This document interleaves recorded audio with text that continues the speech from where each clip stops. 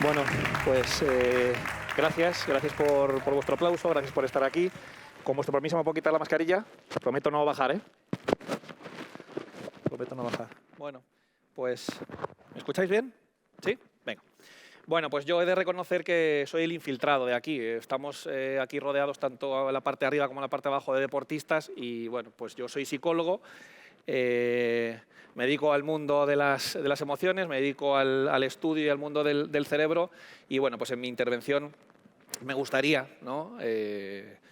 Bueno, pues hablaros un poquito de cómo es el funcionamiento cerebral, ¿no? Que creo que es algo que es muy relevante y bueno, por eso Paco quiso invitarme aquí al evento de DISA, al cual estoy tremendamente agradecido. Muchas gracias, Paco, por tu invitación.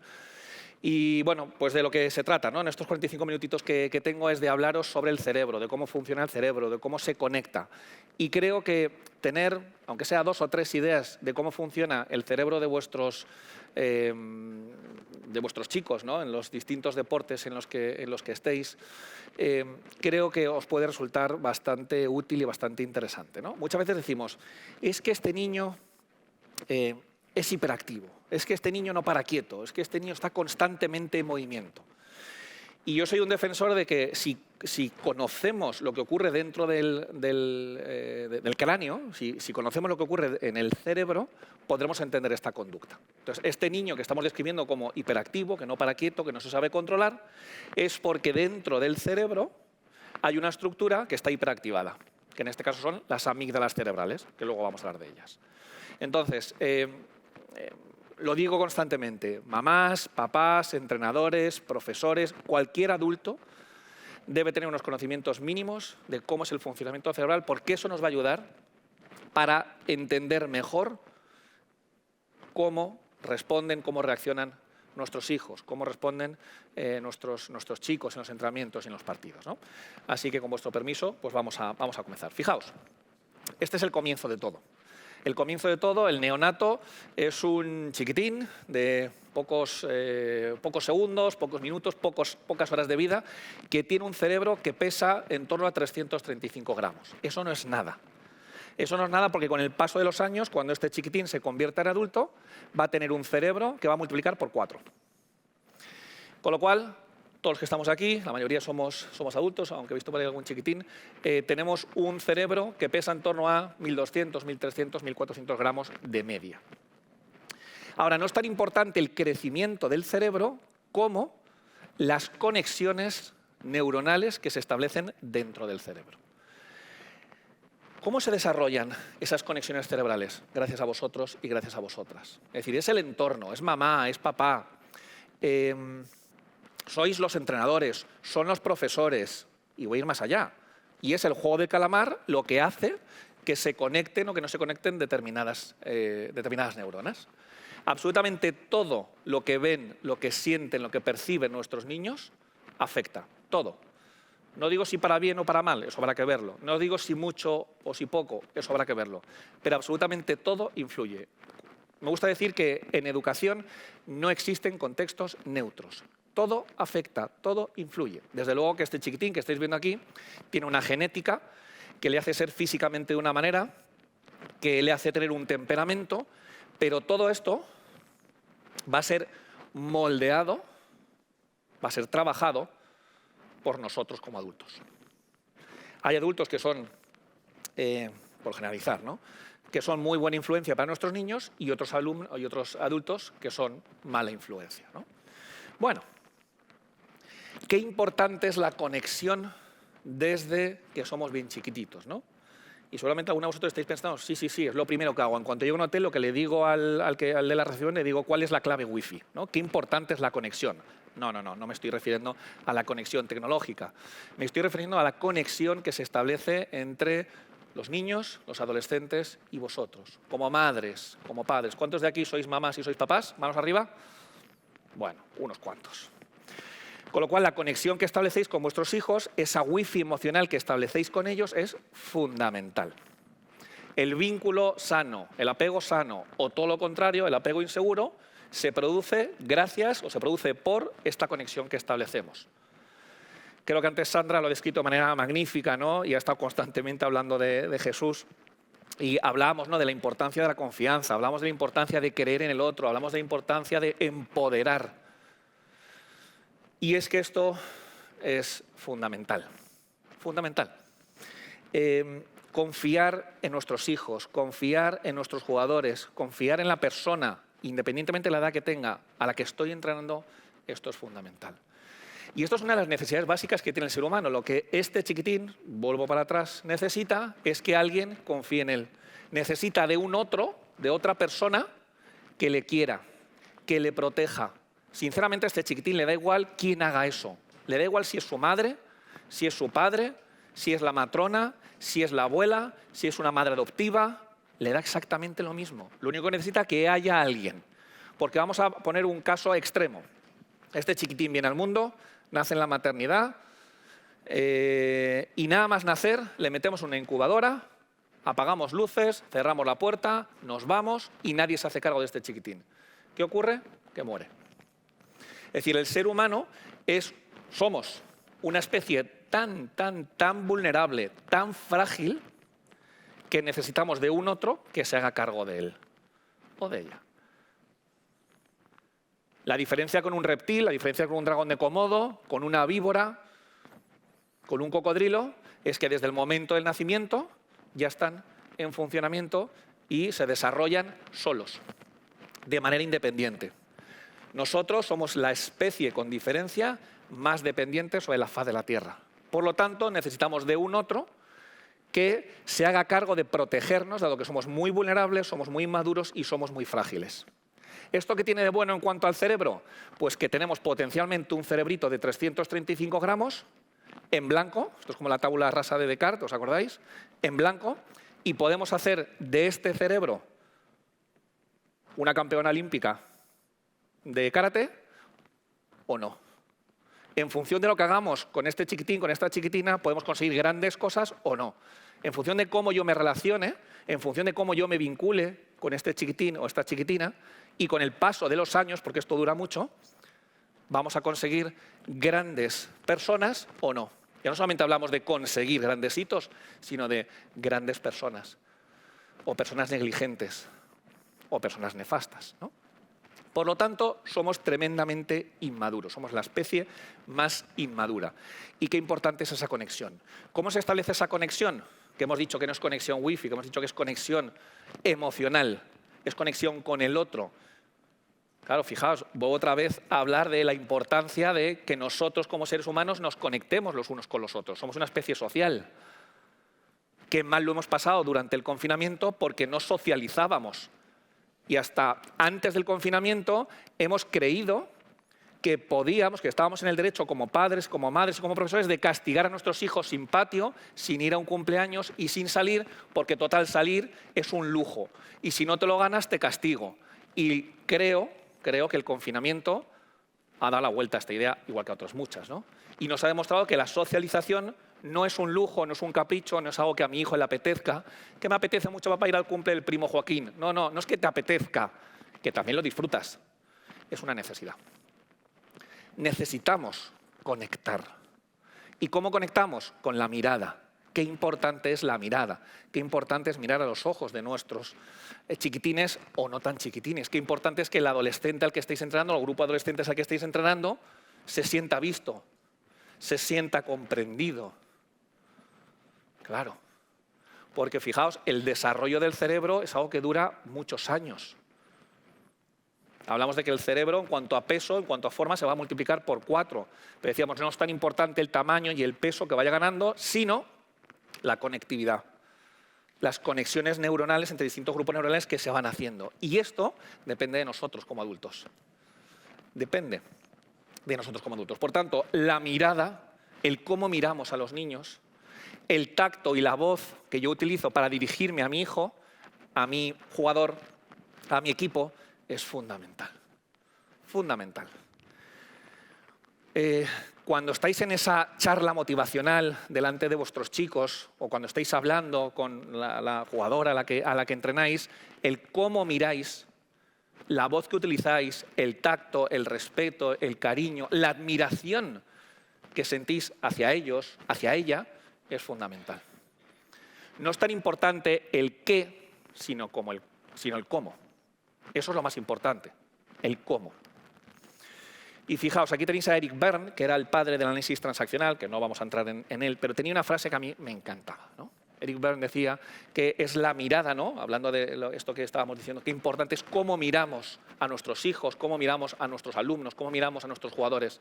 Él decía que la mirada de una madre, la mirada de un padre, me da igual, la mirada del adulto es lo que va a hacer que este chiquitín, que esta chiquitina, se convierta en sapo o en príncipe, en rana o en princesa. Fundamental mirarnos y el tipo y la calidad de esa mirada, ¿no? Bueno, no sé si os acordáis, esta imagen estuvo rulando por redes sociales hace ya unos cuantos meses y a mí me gustó mucho. Me gustó mucho porque aquí vemos a una mamá dándole un beso a su hija, a su chiquitina. Y oye, qué casualidad, o no, que nos encontramos con que en ese acto de cariño, en ese acto de fe, en ese acto de compasión, en ese acto de protección que está teniendo esta mamá hacia su hija, nos encontramos con que las zonas cerebrales que activa la mamá son las mismas zonas cerebrales que tiene activa su hija. Vaya, qué casualidad. Es decir, que la capacidad de una persona empática, de una persona que conecta con el otro, es capaz, el adulto que es capaz de hacer eso, va a encender las mismas zonas cerebrales. Pero es que el adulto que tenemos nuestros problemas, porque todos tenemos nuestros problemas, los que conectamos con nuestros hijos somos capaces de decir, los problemas que tengo los dejo en este cajón, luego vengo con ellos. Pero es que ahora mismo estoy con mi hija y por tanto me pongo en modo avión. Pongo mi móvil en modo avión y pongo mis problemas en modo avión. Ahí se quedan. Porque quien ahora mismo necesita de mi ayuda, quien ahora necesita de mi comprensión y quien necesita de mi conexión, eres tú. Porque tú eres frágil, porque tú eres dependiente, porque tienes 2 meses o porque tienes 3 años, me necesitas y yo puedo aparcar mis problemas para luego. Entonces, fijaos qué manera tan bonita con una resonancia magnética, de demostrar lo importante y lo bonito que es que cuando mi hija siente X, yo siento X, porque tengo la capacidad de conectar emocionalmente contigo. El mejor estudio, bajo mi punto de vista, es una opinión, el mejor estudio para demostrar lo importante que es la conexión es el estudio del Still Face de Edward Tronick. Os animo a que os metáis en YouTube. Pongáis Still Face, Edward Tronick, vais a ver un vídeo de 3-4 minutitos, no dura más, donde vais a ver el estudio del Still Face. Y vais a ver, ¿no? Es un estudio tan sencillo como que hay una mamá interactuando con un chiquitín de en torno a 1 año y cuando el chiquitín y mamá están interactuando, todo va fenomenal. Todo va fenomenal. Ahora llega un momento en que el investigador le dice a la mamá, a partir de ahora, cara de póker. Y entonces la mamá hace y se queda congelada. El chiquitín necesita conexión. El chiquitín necesita que mamás ejerza de espejo. Porque nosotros los adultos, nosotros los entrenadores, ejercemos de espejos. Y cuando llega el momento, como estáis viendo en las últimas imágenes, que la mamá no ejerce de espejo y se convierte en una persona que está desconectada de quien está al otro lado, el pequeño lo pasa muy mal. ¿Por qué lo pasa muy mal? Porque no es consciente, pero sí que sabe, que son cosas diferentes, sí que sabe que si la persona de la que yo dependo para sobrevivir no ejerce de espejo, no conecta conmigo y no entiende, no sabe que yo tengo hambre, que yo estoy cansado, que yo tengo sed, que yo tengo miedo y que van a venir los monstruos a comerme, si esta persona está desconectada, estoy perdido. Y lo pasa realmente mal. Lo pasa tan mal, y os he destripado el vídeo ya, pero bueno, os animo a que lo veáis. Lo pasa tan mal, que llega un momento en que el niño, que está en una sillita sujetado, no puede aguantar esa situación y ¿sabéis lo que hace? Que mira para atrás. Porque ojos que no ven, corazón que no siente. Es terrorífica esa situación. Esto es un estudio. Y son 30 segundos lo que el niño está viendo a una mamá que está completamente desconectada. Pero hay niños que viven esta situación todos los santos días. Imaginaos lo que afecta, ¿no? Este tipo de situaciones. Peter Fonagy, que es otro de mis grandes referentes, decía, imaginaos a un chiquitín de 4 años. Bueno, y solemos decir aquello de pienso, luego existo. Esto nos suena a todos. Entonces, como pienso, existo. Y Fonagy dice, no nos equivoquemos. Esto de pienso, luego existo, que decía Descartes, esto no es así. El caso es que existo gracias a que alguien piensa o pensó en mí. Seamos sinceros, todos los que estamos aquí existimos, es decir, sobrevivimos gracias a que al menos tuvimos una persona que pensó en nosotros. Gracias a que hubo alguien, como en la resonancia que hemos visto antes, al menos una persona, seguramente habíamos tenido más de una, pero con que haya una persona es más que suficiente. Pero si no hay una persona, que es lo que hemos visto antes en el ejemplo que os ponía de apagamos luces, cerramos puertas, nos vamos y abandonamos a este neonato, y desgraciadamente eso ha ocurrido, accidentes, pero ha ocurrido, no sobrevivimos. Es decir, cuando hablamos de apego, no hablamos de cariño. No, yo es que le tengo mucho apego a determinada persona. No, no, eso no es apego. Apego es un tipo de vínculo. Y el apego solamente existe en relación, en vínculo con los demás. Bueno, y ahora lo que voy a hacer es explicaros un modelo que desarrollé hace un par de años que se llama el modelo pedagógico de los 4 cerebros para que, mi objetivo, ¿no?, es que entendáis, que comprendáis cómo se desarrolla el cerebro. Entonces, lo que yo hago es dividir el encéfalo viene de encéfalo, es decir, dentro de la cabeza, dentro del cráneo. Lo que hay dentro del cráneo se llama encéfalo. Y el encéfalo es lo estáis viendo aquí, ¿no?, es un órgano que a veces denominamos cerebro, pero no es exactamente. El encéfalo, como bien sabéis, es algo más que el cerebro. Lo que hago es dividirlo en 4 grandes zonas. El objetivo es que estén acompasadas, que estén coordinadas. Aquellos jugadores a los que entrenáis, aquellos niños que conocemos, que tenemos, que tienen un funcionamiento relativamente adaptado, porque no dejan de ser niños y se desregulan muy fácilmente, aquellos niños que tienen ese funcionamiento, aquellos adolescentes que tienen ese funcionamiento, podemos decir que estos 4 cerebros de los que vamos a hablar ahora los tienen interconectados. Bien, estamos haciendo buen trabajo. ¿Cómo se desarrolla el cerebro? El cerebro tiene 3 grandes direcciones. En primer lugar, el cerebro se desarrolla de estructuras traseras a estructuras delanteras, o lo que es lo mismo. Primero percibimos y después llevamos a cabo conductas motrices. Un chiquitín primero percibe y luego pone en marcha la actividad motriz. En segundo lugar, el cerebro se desarrolla de estructuras inferiores a estructuras superiores. Primero se desarrolla el subcórtex, es decir, estructuras más instintivas, automáticas, involuntarias, inconscientes, reactivas. Y después se desarrolla el neocórtex, la parte más externa, ¿no?, del encéfalo. Es decir, lo más racional, lo más pensante, podemos decir, lo más humano. En la parte inferior está lo más animal y en la parte superior está lo más humano, sin que dejemos de ser animales nosotros. Y luego la tercera dirección es que el cerebro se desarrolla de estructuras derechas a izquierdas, del hemisferio derecho al hemisferio izquierdo. Primero se desarrolla el hemisferio derecho, que es el hemisferio emocional, como bien sabéis, el hemisferio del vínculo, ya hemos hablado de la importancia del vínculo, y en segundo lugar se desarrolla el hemisferio racional, el hemisferio matemático, el hemisferio lingüístico, el hemisferio del autocontrol. Oh, es que este niño no se controla, pero ¿qué edad tiene este niño? 2 años, normal. Porque primero se desarrolla el derecho y después se desarrolla el hemisferio izquierdo. ¿Sí? Entonces, para uno de mis referentes, el doctor Marín, dice que el equilibrio, o lo que a veces llamamos felicidad, no soy yo muy partidario del concepto de felicidad, pero bueno, venga, lo decimos, la felicidad se alcanza cuando ponemos en la misma mesa y alcanzamos un acuerdo o firmamos la paz entre la parte emocional y la parte racional.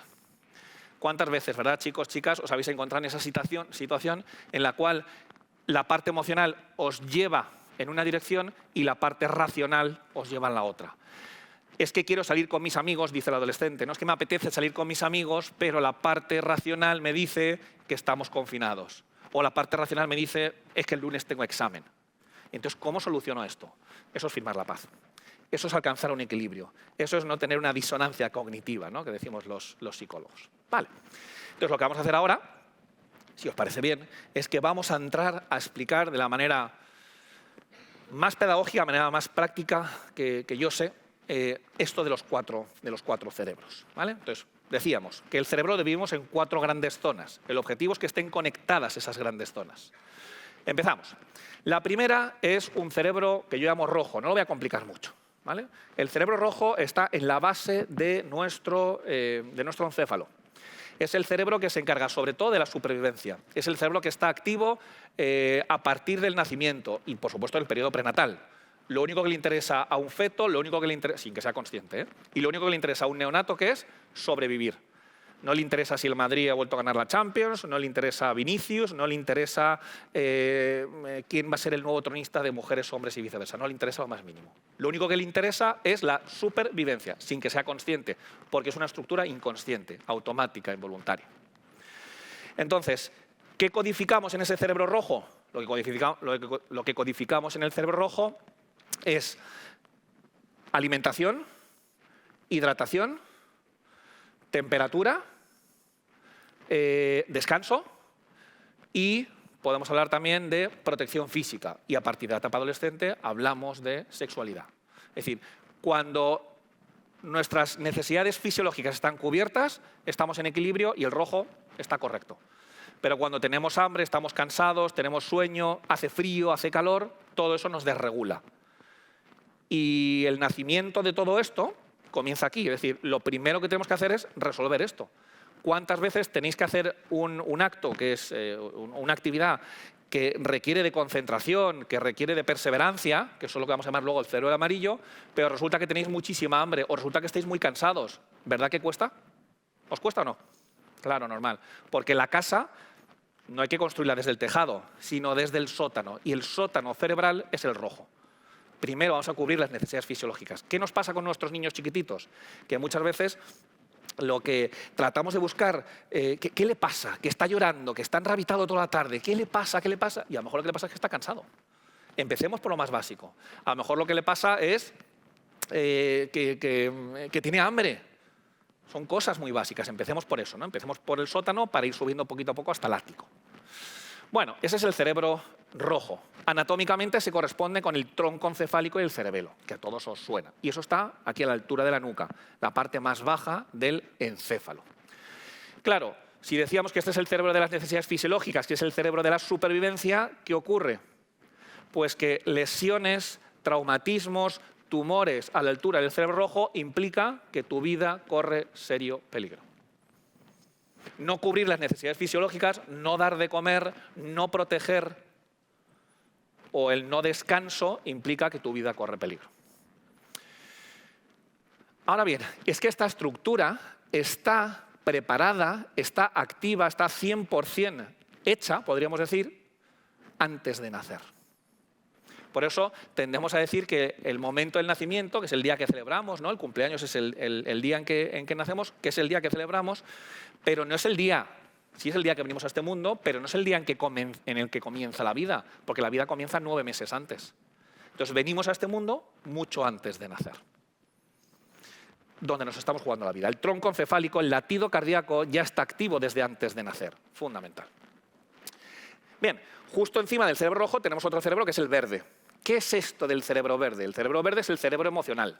Cada vez que cualquiera de vosotros o de vosotras, o vuestros hijos, vuestros alumnos, vuestros jugadores, experimentan una emoción, por poco intensa que sea, miedo, rabia, tristeza, frustración, orgullo, felicidad, alegría, celos, vergüenza, la que queráis, se activa el cerebro verde. Es el cerebro emocional, es el cerebro, como os pongo ahí, que siente.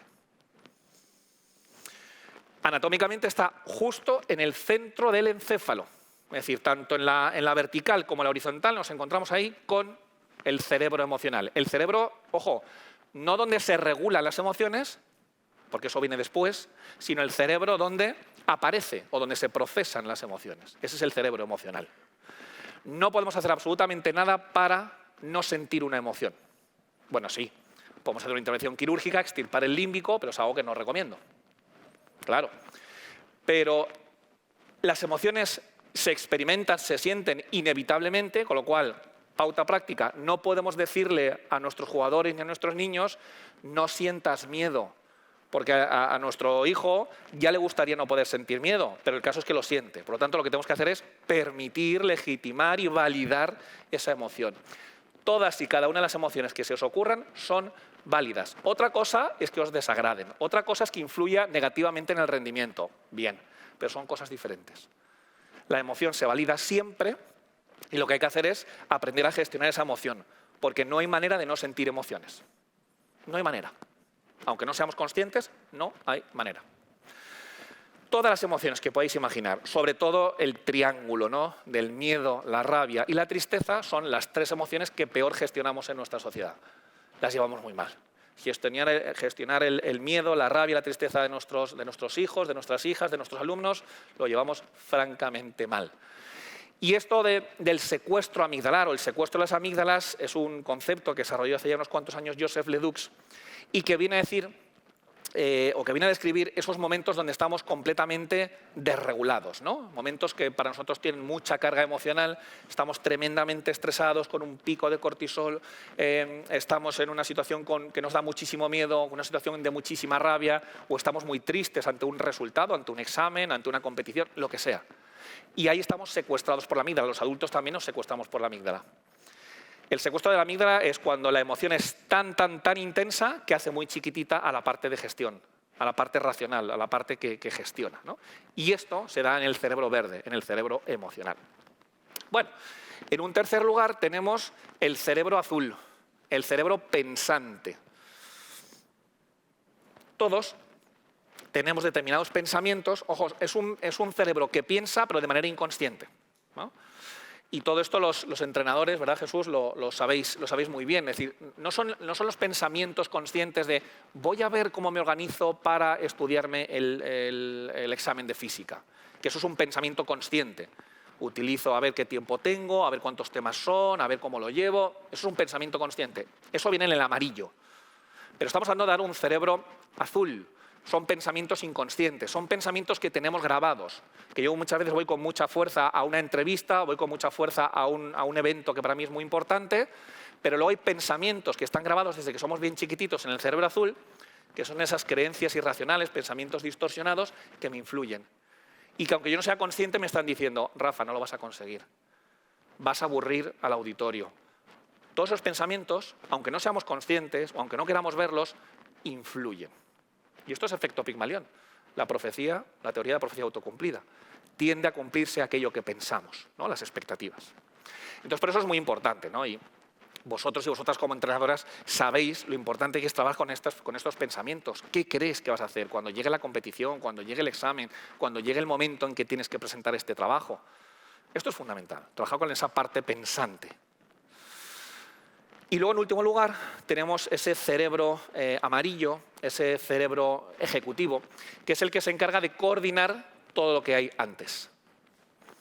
Es decir, lo que este cerebro es un director de orquesta, es un CEO, es un coordinador de un equipo.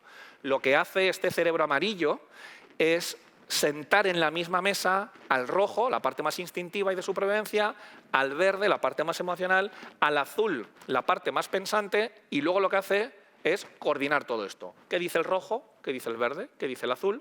Que hasta incluso, y en muchas ocasiones, van a tener puntos de vista, no solamente diferentes, sino contrarios, y entonces el amarillo recoge la información, que es alguien muy sensato, es alguien muy empático, es alguien que escucha con mucha amabilidad, con mucha admiración a cada uno de los tres.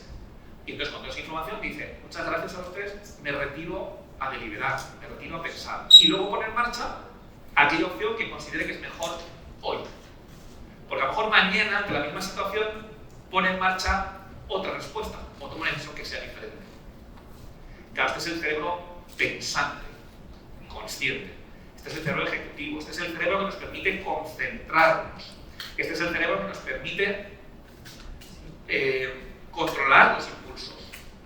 Este es el cerebro que me permite regular mis emociones, que me permite, cuando yo digo regulación emocional, me refiero a que activo mi cerebro amarillo para ir a mi cerebro verde, para identificar que experimento miedo y para ver cómo regulo mi miedo ante la competición. Claro, esto requiere una consciencia, requiere una formación gestionada. Ojo, concentración y atención son conceptos diferentes. La atención se da en el cerebro rojo y la concentración se da en el cerebro amarillo. ¿Por qué? Porque la atención es un proceso involuntario, es inconsciente, es automático. Es decir, cuando estoy dando una vuelta por la calle y de repente me encuentro a alguien disfrazado de la pantera rosa, yo no decido voluntariamente prestar atención, sino que es el estímulo quien capta mi atención por lo sobresaliente, por lo diferente, por lo raro estadísticamente hablando. Y por tanto yo voy caminando y de repente veo a alguien disfrazado de la pantera rosa y capta mi atención. Es el estímulo quien me capta a mí. En cambio, la concentración es un proceso ejecutivo que se aprende. La atención es innata. lo sobresaliente del estímulo me capta a mí. Yo no capto el estímulo de la pantera rosa. Pero la concentración es algo que se entrena, como todo lo que ocurre en el cerebro amarillo. La concentración, que por cierto somos la única especie que nos concentramos, que el resto atiende, la concentración se aprende. Controlar los impulsos se aprende. Por eso vuestros chiquitines de 2, 3, 4 y 5 años no controlan nuestros impulsos y tienen herramientas, porque aún no han aprendido a regular sus emociones. Por eso os decía al principio, por eso es tan importante que entendamos cómo funciona el cerebro, para no exigirle a mi hijo de 3 años que gestione sus emociones. Y para no decirle a mi hijo de 3 años, mira cariño, vete a tu habitación y cuando estés más tranquilo vuelves. Porque un niño de 3 años no tiene esa capacidad. Porque el rincón de pensar no tiene ningún sentido. No lo tiene. Y lo seguimos haciendo, pero no lo tiene. No, ahora, cariño, te vas al rincón de pensar y vas a pensar lo que has hecho. ¿Qué edad tiene? No, tiene 4 años. Tiene 2 años. No piensa.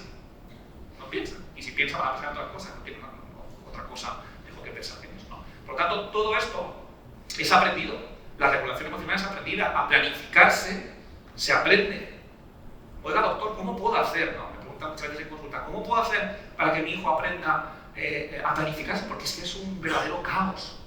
Pues habrá que enseñarle. Es decir, ustedes no han enseñado a sus hijos a respirar, ¿verdad? No, porque la respiración está codificada en el cerebro rojo. El cerebro rojo no se aprende, es innato. Pero lo que sí que tenemos que enseñar son las funciones ejecutivas, por eso es el cerebro ejecutivo. ¿Cuáles son las funciones ejecutivas? La concentración, ya lo hemos comentado. El control de los impulsos. Tan importante es que yo me centro en el tema 5 de literatura, como que lo que está fuera del tema 5 de literatura lo inhiba. Ahora mismo el resto, que no está en el foco del tema 5 de literatura, lo voy a poner en modo avión. Eso es concentración, y la concentración se aprende. ¿Que hay predisposiciones mejores y peores? Desde luego, hay personas que tienen una facilidad muy grande para concentrarse y hay personas que tienen una dificultad muy grande para concentrarse. El famoso déficit de atención, que de atención no tiene nada. No puedo criticar más veces el concepto de TDAH, que vamos, peor no lo han podido llamar, ¿no? Porque no siempre es un trastorno, porque no es un déficit de atención, si acaso se da de concentración, y porque la hiperactividad no siempre está presente, lo cual los de la APA, vamos, se quedaron bien a gusto. Podéis aplaudir si queréis.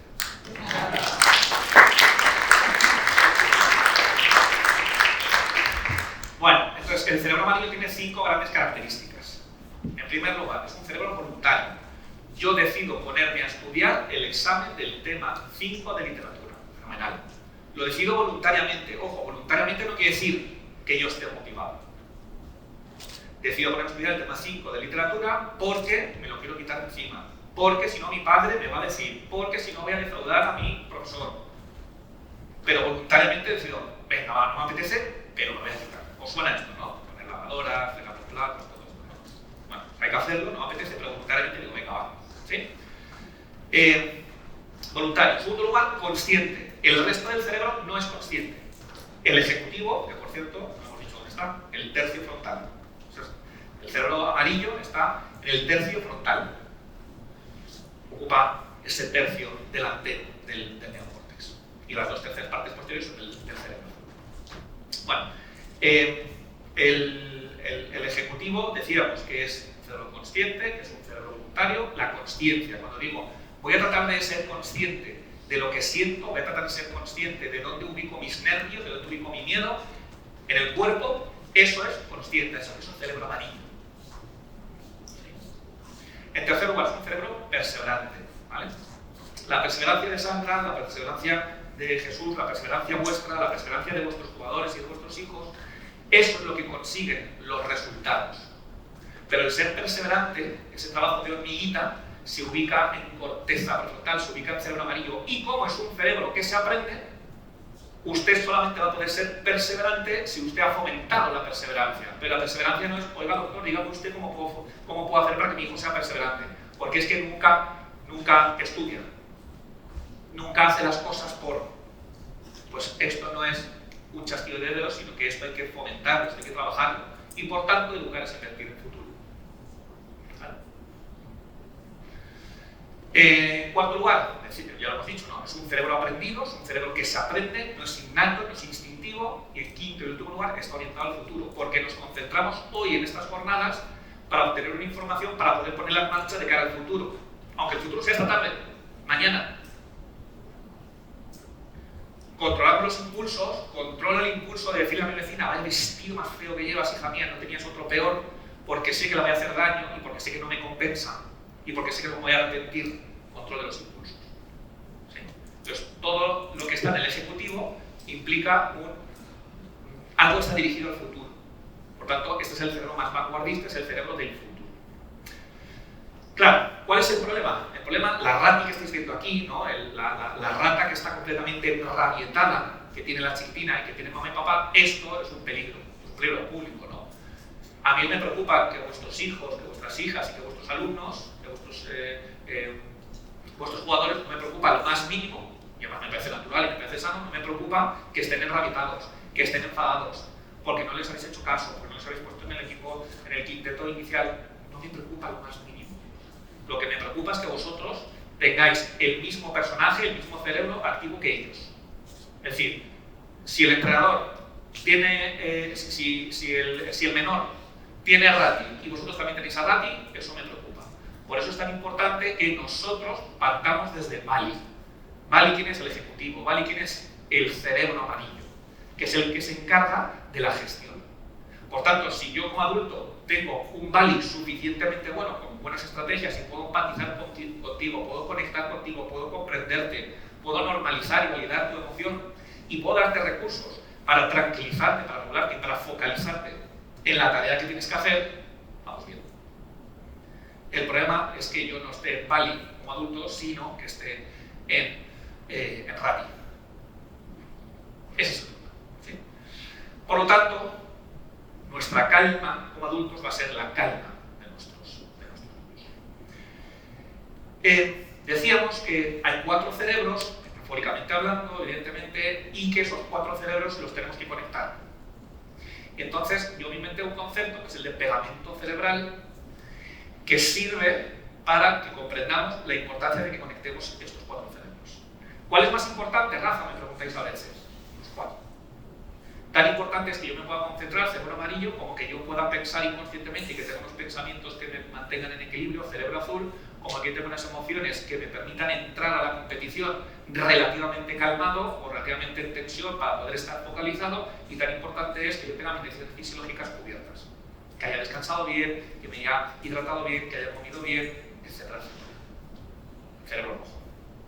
Pero la sustancia que une esos 4 cerebros, que hay que trabajarla y hay que crearla y desarrollarla en casa, principalmente en casa, ese pegamento cerebral se realiza con unos ingredientes que son muy especiales. Hablamos aquí de lo importante que es proteger la infancia, hablamos aquí de la importancia de fomentar la autonomía, hablamos aquí de la importancia de regular las emociones de nuestros hijos, de nuestros jugadores, hablamos aquí de la importancia de conectar con su emisora emocional, qué emoción están experimentando vuestros chicos, vuestro grupo. Hablamos aquí de ser responsivos, es decir, de dar respuesta a su necesidad. Cuando mi hijo tiene sed, yo no le doy un filete con patatas, le doy agua. Y cuando tiene miedo, no le digo, mira un pajarito que está pasando por ahí, qué bonito. Atiendo su miedo. Eso es ser responsivo. Ser responsivo es dar respuesta a su necesidad. Algo muy básico, pero que tendemos a salir por la tangente en muchas ocasiones, ¿no? Cuando mi hijo está enrabietado porque estamos en el restaurante y está tardando mucho en traer la comida, para que no me monte el pollo le dejo el móvil y entonces desenchufo al niño enchufándole al móvil. Eso es un problema, porque estamos anestesiando sus emociones. En definitiva, el pegamento cerebral se elabora en casa todos los días un poquito y se administra para poder ir desarrollando esa parte cerebral. Este es el objetivo. Que Bali, como ejecutivo, como coordinador, como gestor, se haga cargo de ejercer de director de orquesta. Y que todos tienen una función que es fundamental, imprescindible. Imprescindible. ¿Vale? Bueno, y ya para acabar, 3 orientaciones básicas para nosotros, para nosotras, aunque muchas de ellas ya las hemos hablado y Sandra las ha desarrollado de manera magnífica, ¿no? La primera de ellas, no gritar. Claro, qué fácil es decirlo, qué difícil es hacerlo. Sí. La neurociencia ha demostrado por activa y por pasiva que no debemos gritar. Todos gritamos. Cuanto menos, mejor. ¿Por qué? ¿Cuál es la explicación neurocientífica? Estoy acabando, ¿vale? ¿Cuál es la explicación neurocientífica para poder justificar que no debemos gritar? Que todos lo sabemos, que no debemos gritar, pero claro, en competición gritamos mucho, ¿no? Yo también vengo de la competición y reconozco que he gritado mucho. ¿Por qué? Porque la sociedad en la que tenemos, la sociedad tan conductista, tan resultadista, lo importante es el resultado y no tanto los procesos, nos invita a ello. Y además está permitido, está bien visto. El castigo, ¿no? La crítica, el señalar, el discriminar.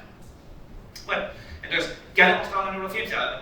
La neurociencia ha demostrado que cada vez que castigamos a nuestro alumno, que castigamos a nuestro hijo, que castigamos a este chiquitín o a este adolescente que nos saca una cabeza, lo que estamos haciendo es que le estamos poniendo en una situación en la cual va a tener que llevar a cabo una de esas tres acciones, que son las tres acciones que lleva a cabo el cerebro rojo. Es decir, al criticarle, al señalarle, al ponerle en evidencia y a reírme yo de él de las maneras más explícitas o más implícitas, lo que consigo es que él me ataque, lo que consigo es que él huya físicamente o mentalmente, o lo que consigo es que dejarlo paralizado. Le estamos humillando tanto que le dejamos paralizado. ¿Os suena esto de me puse tan nervioso que no supe qué hacer? ¿Os suena? Claro, porque cuando criticamos, cuando no hacemos sentir parte, cuando excluimos a uno de nuestros jugadores o a uno de nuestros hijos de la familia, activamos su cerebro de supervivencia y por tanto tiene ganas de revancha y no aprende. El castigo, el grito, no enseña. En segundo lugar, sentido de pertenencia. Qué importante es que el gestor, ¿vale? Jesús es el gestor, es el pali del equipo que formáis. Qué importante es que haga sentir perteneciente a su jugadora, a sus jugadores, a sus entrenados, a sus hijos. Fundamental. Sentido de pertenencia. Somos una especie social que necesitamos pertenecer, al menos a un grupo. Si puede ser varios, mejor. Cuando estamos pasando por una situación de depresión, por una situación de pena, el mejor remedio es la red social. Eso es lo que va a prever que podamos salir adelante. Y luego, en tercer y último lugar, que no lo voy a desarrollar, porque ya lo he desarrollado antes Sandra, y eso que anoche estoy hablando de esto, el empoderar. El empoderar. Fundamental el trabajo del entrenador, fundamental el trabajo de Jesús de empoderar, de confiar. Pero ojo, empoderar no implica poner unos objetivos, poner unas expectativas que sean inalcanzables.